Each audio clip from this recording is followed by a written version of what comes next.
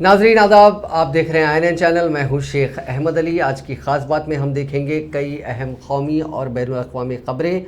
सबसे पहले बात कर्नाटक की। बसवराज बोम्मई कर्नाटक के नए वज़ीर आला बन गए हैं। राजभवन में गवर्नर थावरचंद गहलोत ने बसवराज को उनके ओहदे का हलफ दिलवाया। बसवराज के वज़ीर आला बनने पर वज़ीर आज़म नरेंद्र मोदी ने उन्हें बधाई दी। मोदी ने कहा कि बसवराज काफ़ी तजुर्बेकार हैं और भरोसा है कि वो कर्नाटक में हमारी सरकार की जानिब से किए गए कामों को आगे बढ़ाएंगे। डिप्टी सीएम को लेकर मीडिया में अपने नाम की चर्चा को लेकर बीजेपी कायद आर अशोक का कहना है कि पार्टी इस बारे में तय करेगी। वहीं मरकज़ी वज़ीर प्रहलाद जोशी ने भी कहा है कि कर्नाटक में डिप्टी सीएम को लेकर अभी कोई फैसला नहीं हुआ है। बीजेपी की कौमी क़यादत इस बारे में फैसला करेगी। 28 जनवरी 1960 को जन्मे बसवराज सोमप्पा बोम्मई सीएम की कुर्सी संभालने से पहले कर्नाटक के वज़ीर दाखिला, कानून, लेजिस्लेटिव अफेयर्स मिनिस्टर थे। उनके वालिद SR बोम्मई भी रियासत के वज़ीर आला रह चुके हैं। मैकेनिकल इंजीनियरिंग में ग्रेजुएट बसवराज ने जनता दल के साथ सियासत की शुरुआत की थी। वो धारवाड़ से 2 बार 1998 और 2004 में कर्नाटक विधान परिषद के लिए चुने गए थे। इसके बाद वो जनता दल छोड़कर 2008 में बीजेपी में शामिल हो गए। इसी साल वो हावेरी ज़िले के शिवा गांव से MLA चुने गए। ಮೂಲಕ ಸ್ಥಾಪಿತ ಭಾರತ ಸಂವಿಧಾನದ ವಿಷಯದಲ್ಲಿ ನಿಜವಾದ ಶ್ರದ್ಧೆ ಮತ್ತು ನಿಷ್ಠೆಯಿಂದ ಹೊಂದಿರುತ್ತೇನೆಂದು ನಾನು ಭಾರತದ ಸಾರ್ವಭೌಮತ್ವವನ್ನು ಮತ್ತು ಅಖಂಡತ್ವವನ್ನು ಎತ್ತಿ ಹಿಡಿತೇನೆಂದು ಮತ್ತು ಕರ್ನಾಟಕದ ರಾಜ್ಯದ ಮುಖ್ಯಮಂತ್ರಿಯಾಗಿ ನನ್ನ ಕರ್ತವ್ಯಗಳನ್ನು ಶ್ರದ್ಧಾಪೂರ್ವಕವಾಗಿ ಮತ್ತು ಅಂತಃಕರಣಪೂರ್ವಕವಾಗಿ ನಿರ್ವಹಿಸುತ್ತೇನೆಂದು ಭಯ ಅಥವಾ ಪಕ್ಷಪಾತವಿಲ್ಲದೆ, ರಾಗ ದ್ವೇಷ ಇಲ್ಲದೆ ಎಲ್ಲ ಜನರ ಬಗೆಯ ಸಂವಿಧಾನಿಕ ಮತ್ತು ಕಾನೂನು ಅನುಸಾರವಾಗಿ ನ್ಯಾಯ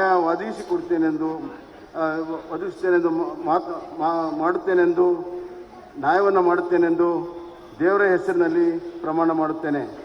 ಕರ್ನಾಟಕ ರಾಜ್ಯದ ಮುಖ್ಯಮಂತ್ರಿಯಾಗಿ ನನ್ನ people of Karnataka that it will be pro people, pro poor people, it will be justice for all sections of the society under the able guidance of Prime Minister Narendra Modi ji and all central leaders and our beloved leader Yediyurappa ji.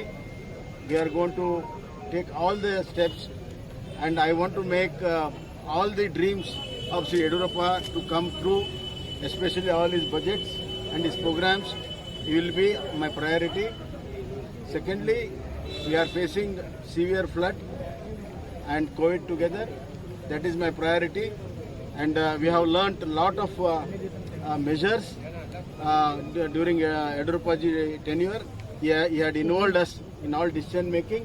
That is going to help us. Under his guidance, we are going to fight COVID as well as flood, and we will go to the people and rescue them and give them relief, especially the poor people and the flood hit people.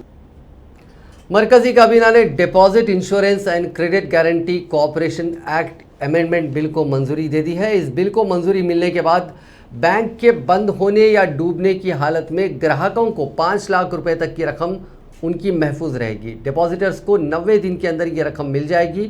अभी ग्राहकों की bank में जमा 1 लाख रुपए तक की रकम ही महफूज होती है। हालांकि हुकूमत 2020 में ही डिपॉजिट इंश्योरेंस की लिमिट 5 गुना बढ़ाने का ऐलान कर चुकी थी, लेकिन उसे कैबिनेट की मंजूरी अब मिली है। अभी इसे पार्लियामेंट की मंजूरी मिलनी बाकी है। वज़ीर फाइनेंस निर्मला सीतारमन ने कहा है कि बिल को पार्लियामेंट के मॉनसून सेशन में ही पेश किया जाएगा। Punjab and Maharashtra cooperative bank के 2020 में डूबने के बाद डिपॉजिट इंश्योरेंस बढ़ाने का फैसला लिया गया था।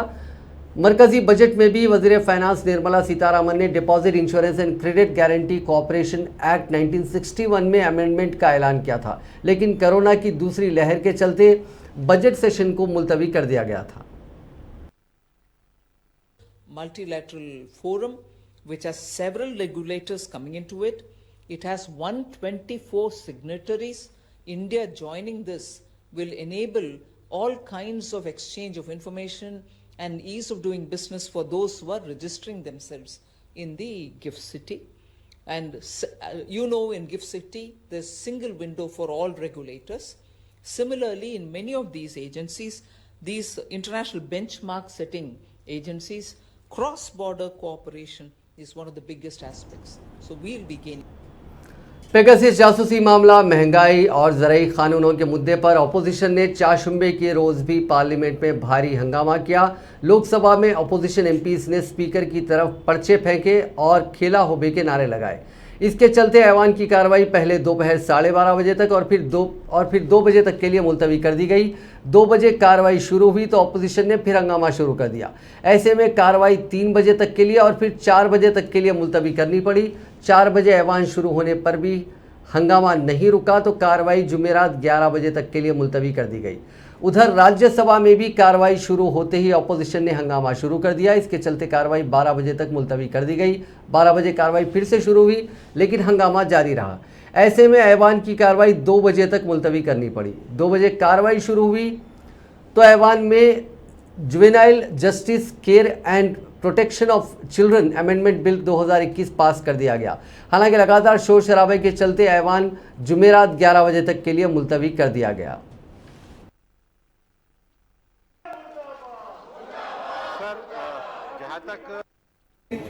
कांग्रेस और तृणमूल कांग्रेस के सांसदों ने जिस तरह से सदन ना चलने के लिए हर संभव प्रयास किया, वो विरोध कर सकते हैं, लेकिन उसकी भी एक मर्यादा है। मर्यादाओं को तोड़ने का काम आज जो कांग्रेस और तृणमूल कांग्रेस के सांसदों ने किया है, उसकी जितनी निंदा की जाए उतनी कम। कभी स्पीकर महोदय पर कागज फेंकना, कभी मंत्रीगण के ऊपर कागज फेंकना, कभी तख्ती आगे लेकर आना, तो अब तो पत्रकार गैलरी तक भी कागजों को फेंकना और जो अधिकारी वहां पर बैठे हैं उनके ऊपर चढ़ चढ़कर उनको दबाना, कागज फेंकना, ये अपने आप में दुनिया के सबसे बड़े लोकतंत्र को शर्मसार करने की घटनाएं। जब माननीय प्रधानमंत्री जी ने पहले दिन कहा था कि हम सदन के अंदर चर्चा के लिए तैयार हैं, सरकार अलग अलग विषयों पर चर्चा करती है। बीएसी की मीटिंग में, बिजनेस एडवाइजरी काउंसिल की मीटिंग में तय होता है कि इन किन विषयों पर चर्चा होगी। आखिरकार विपक्ष चर्चा से क्यों भाग रहा है? आखिरकार विपक्ष इस तरह की आपत्तिजनक हरकतें क्यों कर रहा है? आखिरकार विपक्ष लोकतंत्र की मर्यादाओं को तार तार क्यों कर रहा है? क्या विपक्ष के पास चर्चा करने के लिए पर्याप्त विषय नहीं है? क्या विपक्ष केवल हिंदुस्तान को दुनिया भर में बदनाम करने का काम कर रहा है? क्या विपक्ष केवल इस लोकतंत्र को उतना नीचे गिराने का काम कर रहा है? जहां चर्चा होनी चाहिए वहां चर्चा की बजाय चीरफाड़ करने का काम हो।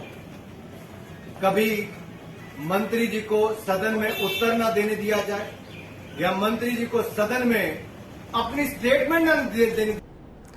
पेगासस जासूसी मामले के ताल्लुक से हिज़्ब इख्तिलाफ मरकजी हुकूमत पर लगातार हमलावर है और उसकी वजह से अब तक पार्लियामेंट के मानसून सेशन की कार्रवाई भी तातुल का शिकार है। पार्लियामेंट में चाशुम्बे की सुबह मानसून इजलास की कार्रवाई शुरू होने से कबल हिज़्ब इख्तिलाफ की मुतअद्दिद जमातों के रहनुमाओं का इजलास मुनक्किद हुआ। हिज़्ब इख्तिलाफ के इजलास के दौरान कांग्रेस लीडर राहुल गांधी भी मौजूद रहे, जिसमें अपोजिशन रहनुमाओं ने हुकूमत को घेरने के हवाले से हिकमत अमली पर तबादला ख्याल किया और तमाम जमातों ने यकजहती का इजहार किया। कांग्रेस के अलावा शिवसेना, सीपीआई, सीपीएम, राष्ट्रीय जनता दल, आम आदमी पार्टी और तमिलनाडु के डीएमके के रहनुमाओं ने भी इजलास में शिरकत की। अपोजिशन की 14 जमातों के इस इजलास के दौरान कांग्रेस लीडर मल्लिकार्जुन खड़गे ने कहा कि हम चाहते हैं कि ऐवान की कार्रवाई चले और पेगासस मामले पर बहस कराई जाए। पेगासस मामले की तफ्तीश मुतअद्दिद ममालिक में की जा रही है, तो फिर बीजेपी अपने मुल्क में इसकी तहकीकात क्यों नहीं करा रही है? इस पूरे मामले पर राहुल गांधी ने कहा कि हम महंगाई, पेगासस और किसानों के मसले पर कोई समझौता नहीं करेंगे। हम चाहते हैं कि इन मसाइल पर ऐवान में बहस की जाए।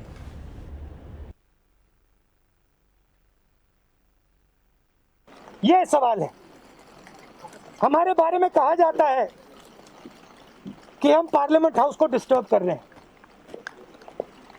हम पार्लियामेंट हाउस को डिस्टर्ब नहीं कर रहे हैं।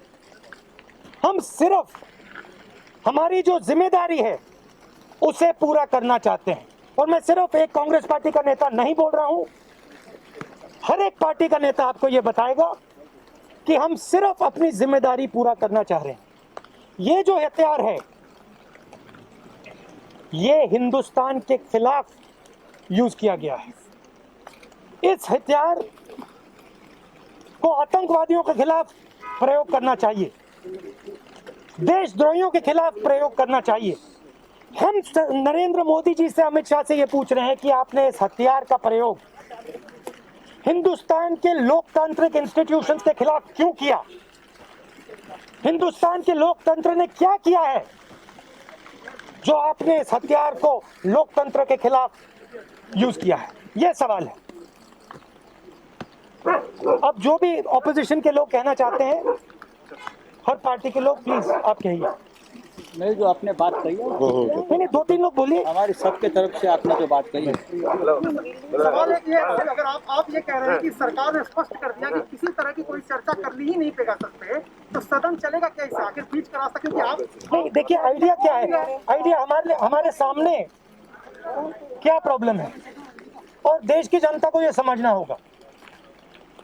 अगर हमने अभी कह दिया कि हम पेगासस पे डिस्कशन नहीं करेंगे और हम किसी और चीज पे डिस्कशन करेंगे तो पेगासस खत्म हो जाएगा।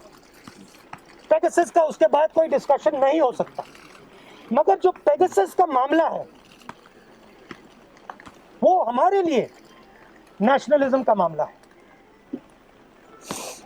ट्रीजन का मामला है, क्योंकि ये जो बीजेपी के तर्जुमान संबित पात्रा ने इल्ज़ाम लगाया है कि कांग्रेस पार्टी असल मुद्दों से ध्यान भटकाना चाहती है। उन्होंने सवाल किया कि आखिर राहुल गांधी की जासूसी कोई क्यों करवाएगा? उनसे तो कांग्रेस पार्टी ही नहीं संभाली जा रही है। आज ममता जी भी चाय पी रही हैं सोनिया गांधी जी के साथ। आप कह रहे हैं कि हम सब एक हो गए। आप याद करिए 2018 में कर्नाटक में किस प्रकार ये तमाम विपक्ष के नेता एक दूसरे के हाथ पकड़ करके मंच पर मौजूद थे।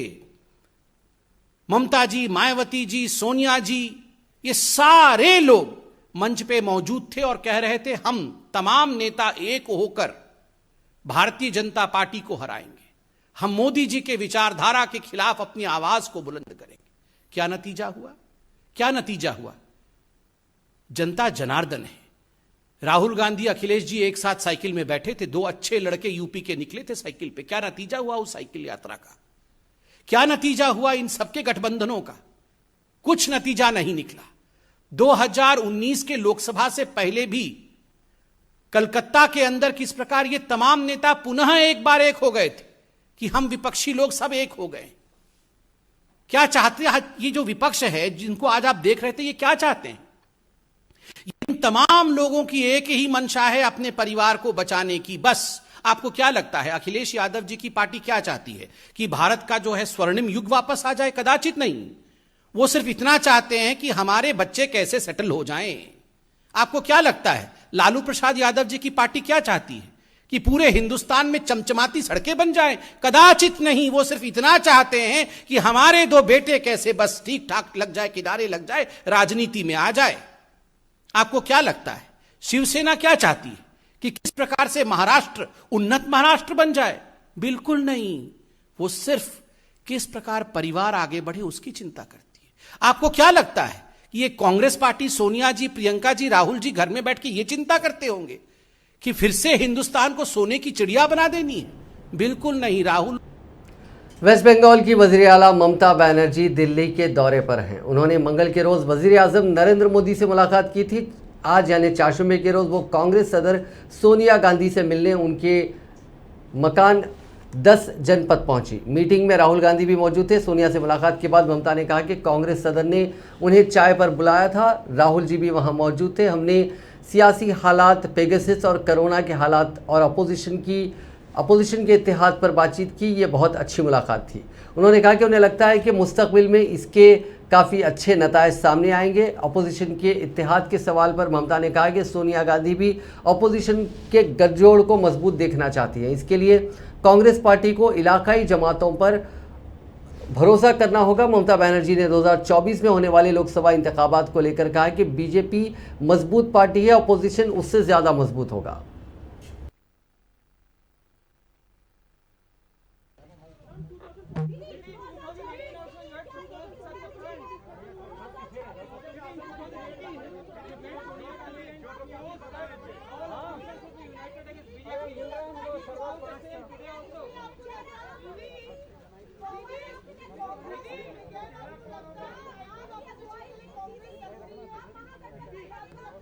देखिए, बीजेपी को हराने के लिए सबको एक होना जरूरी है।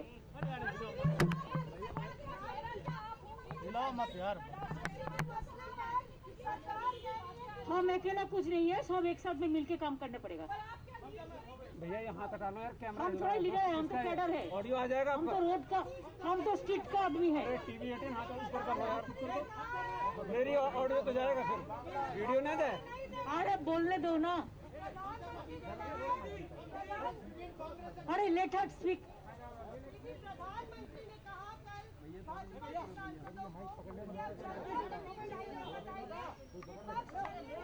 हाथ तो हटा तो गुरु, मुझे भी तो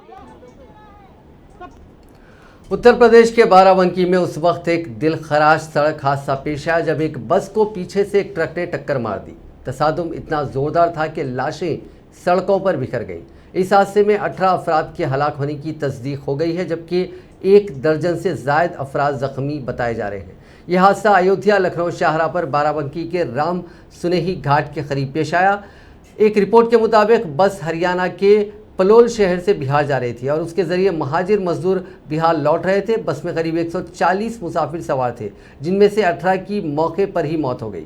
ज़ख्मियों ने बताया कि सब पंजाब और हरियाणा में काम करते थे और बिहार में अपने अपने घरों को लौट रहे थे। बाराबंकी के एसपी यमुना प्रसाद ने बताया कि बस का एक्सेल टूट गया था, जिसके सबब वो थाना राम स्नेही घाट के एक ढाबे के करीब ठहरी हुई थी। रात के वक्त अचानक पीछे से आ रही एक तेज़ रफ्तार लॉरी ने उसे टक्कर मार दी। हादसे में 18 अफराद हलाक हो गए, जबकि मुतअद्दिद अफराद जख्मी हो गए हैं। जम्मू कश्मीर में किश्तवाड़ के होंजर डच्चन गांव में बादल फटने से 4 लोगों की मौत हो गई है। एक न्यूज़ एजेंसी के मुताबिक अब तक 17 लोगों को रेस्क्यू किया जा चुका है। 30 से 40 लोग अब भी लापता बताए जा रहे हैं। ख़राब मौसम की वजह से बचाव के लिए पुलिस और फौज के जवानों को मौके पर पहुंचने के लिए दिक्कतों का सामना करना पड़ा है। ज़ख्मियों का एयरलिफ्ट करने के लिए एयरफोर्स की मदद ली जा रही है। वहीं महाराष्ट्र में महकमे मौसमियात ने फिर एक बार मूसलाधार बारिश का इंतबाह दिया है। रायगढ़, रत्नागिरी, कोल्हापुर, सतारा समेत सैलाब से बेहाल ज़िलों में फिर से मूसलाधार बारिश हो सकती है। महकमे मौसमियात ने 30 जुलाई तक ऐसे ही हालात बने रहने का अंदेशा जताया है। शदीद सैलाब की तबाही के बाद अब महाराष्ट्र के 6 शहरों में पानी कम हो रहा है, लेकिन इस बीच सांगली से एक डरा देने वाला वीडियो सामने आया है। ये सैलाब के पानी में डूबे घर की छत पर मगरमच्छ घूमता नजर आया। वीडियो में मगरमच्छ छत से पानी में कूदते हुए नजर आ रहा है। पिछले 3 दिन में शहर के कई रिहायशी इलाकों में मगरमच्छ घूमते हुए देखे गए हैं। जो वीडियो सामने आया उसमें देखा जा सकता है कि मगरमच्छ घर की छत पर बैठा धूप सेक रहा है। इस बीच कुछ लोग नाव से वहां से गुजर रहे हैं। मगरमच्छ को देखते ही लोग सहम जाते हैं और उसे छत से भगाते हैं। अब तक रियासत में 2,29,074 लोगों को सैलाब और बारिश से मुतासरा इलाकों से महफूज निकाल लिया गया। वहीं मंगल के रोज़ एनसीपी के सरबराह शरद पवार ने कहा है कि सैलाब की वजह से रियासत के 6 ज़िलों में करीब 16,000 खानदान बेघर हुए हैं। उत्तर प्रदेश के इटावा में यमुना का पानी जहरीला हो गया है। पिछले 2 दिनों में यहाँ हज़ारों मछलियों की मौत हो गई है। ये मछलियाँ यमुना के बहाव के साथ किनारों पर जमा हो गई हैं। बताया जा रहा है कि दिल्ली, आगरा और दीगर शहरों का गंदा पानी और इंडस्ट्रियल वेस्ट और केमिकल से भरा हुआ पानी इन मछलियों की मौत की अहम वजह है। एक्सपर्ट्स का ये भी मानना है कि शहरों के गंदे पानी के साथ बारिश के दिनों में नदियों में सिल्ट आ जाती है, जिससे ये मछलियाँ सांस नहीं ले पाती है। यमुना के आसपास रहने वालों का कहना है कि हमने इतनी ज़्यादा मरी हुई मछलियाँ एक साथ कभी नहीं देखी। अब बात तेलंगाना की करते हैं। तेलंगाना में हर साल मौसम बरसात में बिजली गिरने के वाक़यात में इजाफा होता जा रहा है। बिजली गिरने की वजह से ख़ास तौर पर बारिश से बचने के लिए दरख्तों के नीचे पनाह लेने वाले अफराद के अलावा किसानों और ज़रई मजदूरों की अमवात हो रही हैं। हालांकि मौजूदा दौर में साइंस ने इतनी तरक्की कर ली है कि असरी टेक्नोलॉजी के ज़रिए बिजली कहाँ गिरने वाली है इसका क़ब्ल वक्त अंदाज़ा लगाया जा सकता है। अक्सर आपने बड़ी बड़ी इमारतों और बाज़ गाड़ियों पर भी बिजली गिरने पर महफूज रहने के आलात नसब देखे होंगे। लेकिन हुकूमत की जानिब से दूर दराज के इलाकों में रहने वाले अफराद को बिजली गिरने पर महफूज रहने के लिए किसी भी तरह की दिलचस्पी नहीं ली जा रही है, जिसकी वजह से इस तरह के हादसात और इसमें होने वाली अमवात में इजाफा देखा जा रहा है। रियासत के मुत्तहदा अजला आदिलाबाद, निज़ामाबाद, करीमनगर, नलगुंडा, खम्मम और महबूब नगर में बिजली गिरने के ज़्यादा वाक़यात पेश आ रहे हैं। गुज़िश्ता साल बिजली गिरने के हादसात में 110 अफराद की मौत हुई थी, जबकि जारिया साल जनवरी से अब तक 72 अफराद बिजली गिरने के हादसात में हलाक हो गए हैं। हम यहाँ इंसानी जानों की बात करें, जबकि जानवरों का फिगर अलग है। अगर हम रियासत में बिजली गिरने से होने वाले अमवात के आंकड़ों का जायज़ा लें तो पता चलेगा कि जारिया साल निर्मल में 8, नागर कर्नूल में 8, महबूब नगर में 7, आदिलाबाद में 6, संगारेड्डी में 5, सूर्यापेट में 5, खम्मम में 4, कुत्तगुड़म में 4, नारायणपेट में 4, मुलुग में 3, करीमनगर में 3, जगतियाल में 3। ऐसे ही दीगर अजला के तफसीलात हैं। मुल्क की बाज़ रियासतों में बिजली गिरने के हादसात में आवाम को जानी नुकसान से महफूज रखने के लिए इक़दाम किए जा रहे हैं, लेकिन ख़ुद को असरी टेक्नोलॉजी के मैदान में सबसे आगे बताने वाली रियासत तेलंगाना में इस तरह के सिस्टम का फुक़दान नज़र आता है। अमरीका में वाक़ अर्थ नेटवर्क इसरो के ताउन से आंध्र प्रदेश में बिजली गिरने के मकामात की क़ब्ल वक्त निशानदही के लिए असरी सेंसर्स का इस्तेमाल किया जा रहा है। तेज़ हवाओं और बारिश के दौरान 1 घंटा कबल ही बिजली किस मकाम पर गिरने वाली है उसकी निशानदही की जा सकती है। असरी मशीन के ज़रिए एरिया लोकेट करने के बाद SMS के ज़रिए वहां रहने वालों को चौकस किया जा रहा है। आंध्र प्रदेश के साथ साथ महाराष्ट्र, उत्तराखंड, उड़ीसा और मध्य प्रदेश जैसी रियासतों में भी इस टेक्नोलॉजी का इस्तेमाल किया जा रहा है। आंध्र प्रदेश में 4 साल कबल 10 सेंसर सेंटर्स कायम किए गए थे। एक सेंसर की कीमत 20 लाख तक 25 लाख रुपए होती है। बिजली अक्सर सेलफोन टावर्स और दरख्तों पर गिरने के वाक़यात हम देखते हैं। माहिरीन का कहना है कि आवाम में शऊर बेदारी की कमी की वजह से बिजली गिरने के हादसात में जानी और माली नुकसान हो रहा है। माहिरीन का कहना है कि बारिश के दौरान टेलीविज़न, रेफ्रिजरेटर का इस्तेमाल रोक दिया जाए तो बिजली गिरने के वाक़यात में कमी आ सकती है।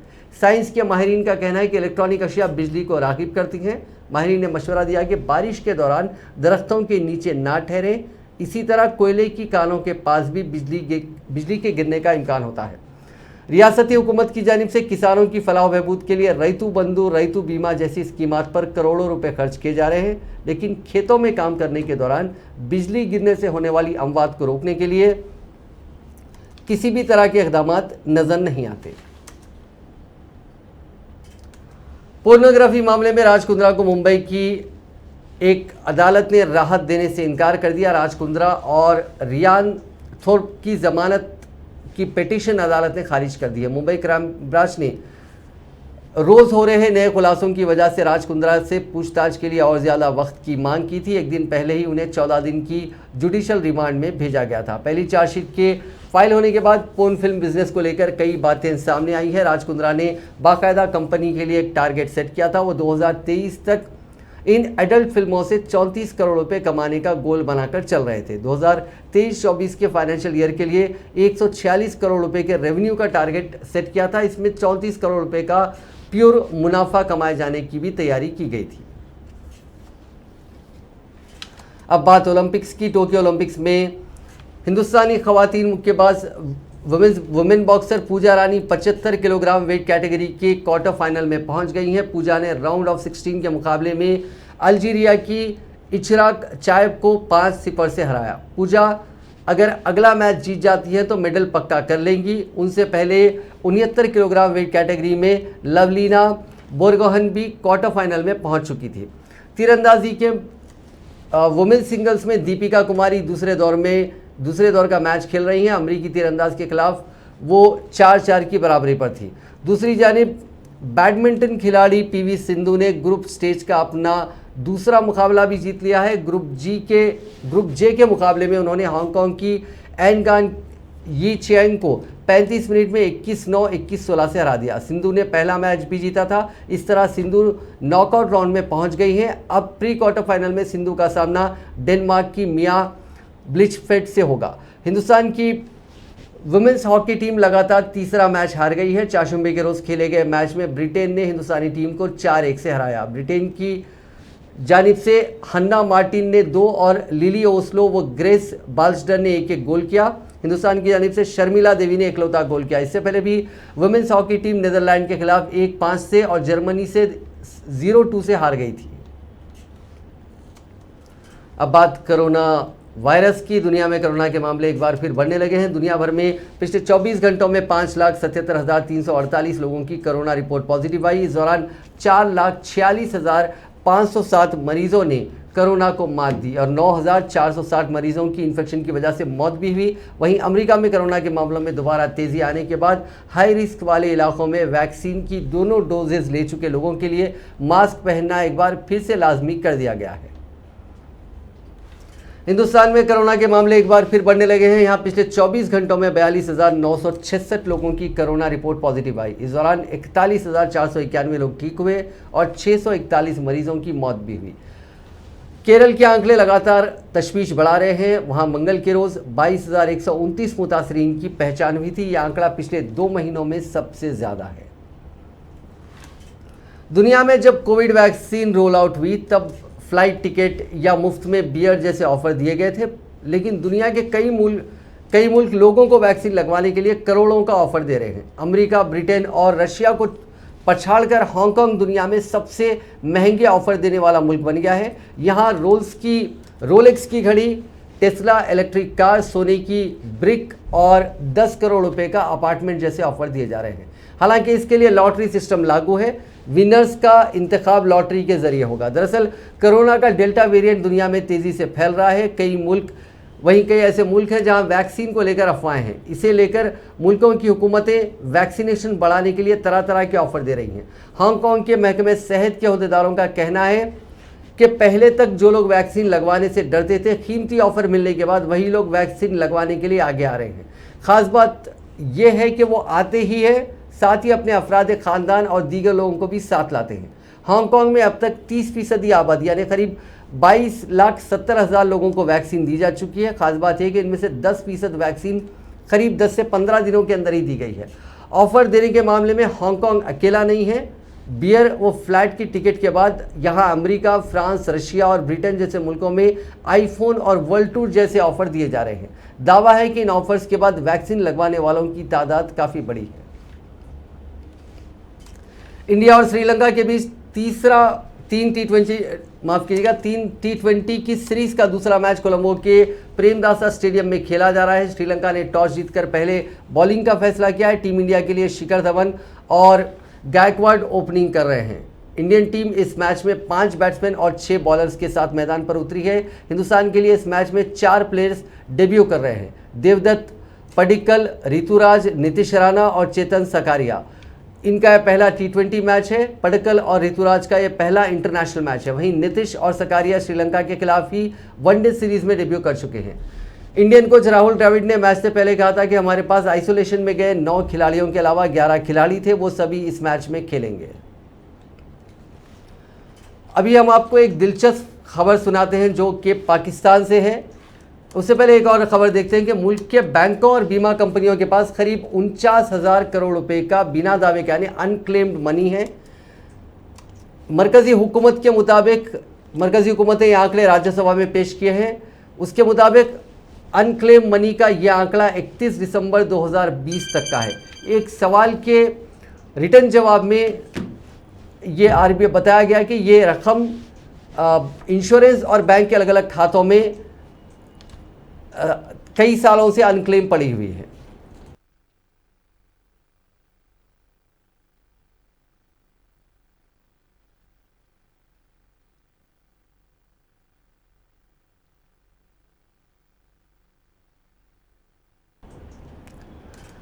उत्तर प्रदेश के कैबिनेट वजीर रहे आजम खान की भैंस चोरी होने पर पुलिस और इंतजामिया ने घर घर जाकर तलाश ली थी। अब एक ऐसा ही वाकया पाकिस्तान से सामने आया है।